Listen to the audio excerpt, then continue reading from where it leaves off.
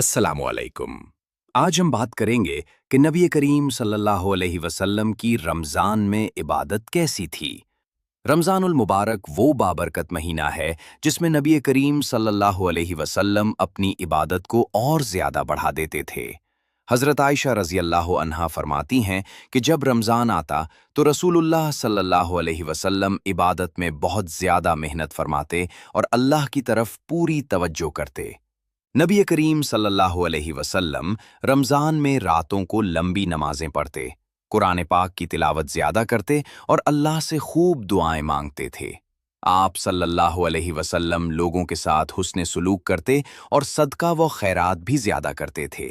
ख़ास तौर पर रमज़ान के आखिरी अशरे में नबी करीम सल्लल्लाहु अलैहि वसल्लम इबादत में और ज़्यादा मशगूल हो जाते।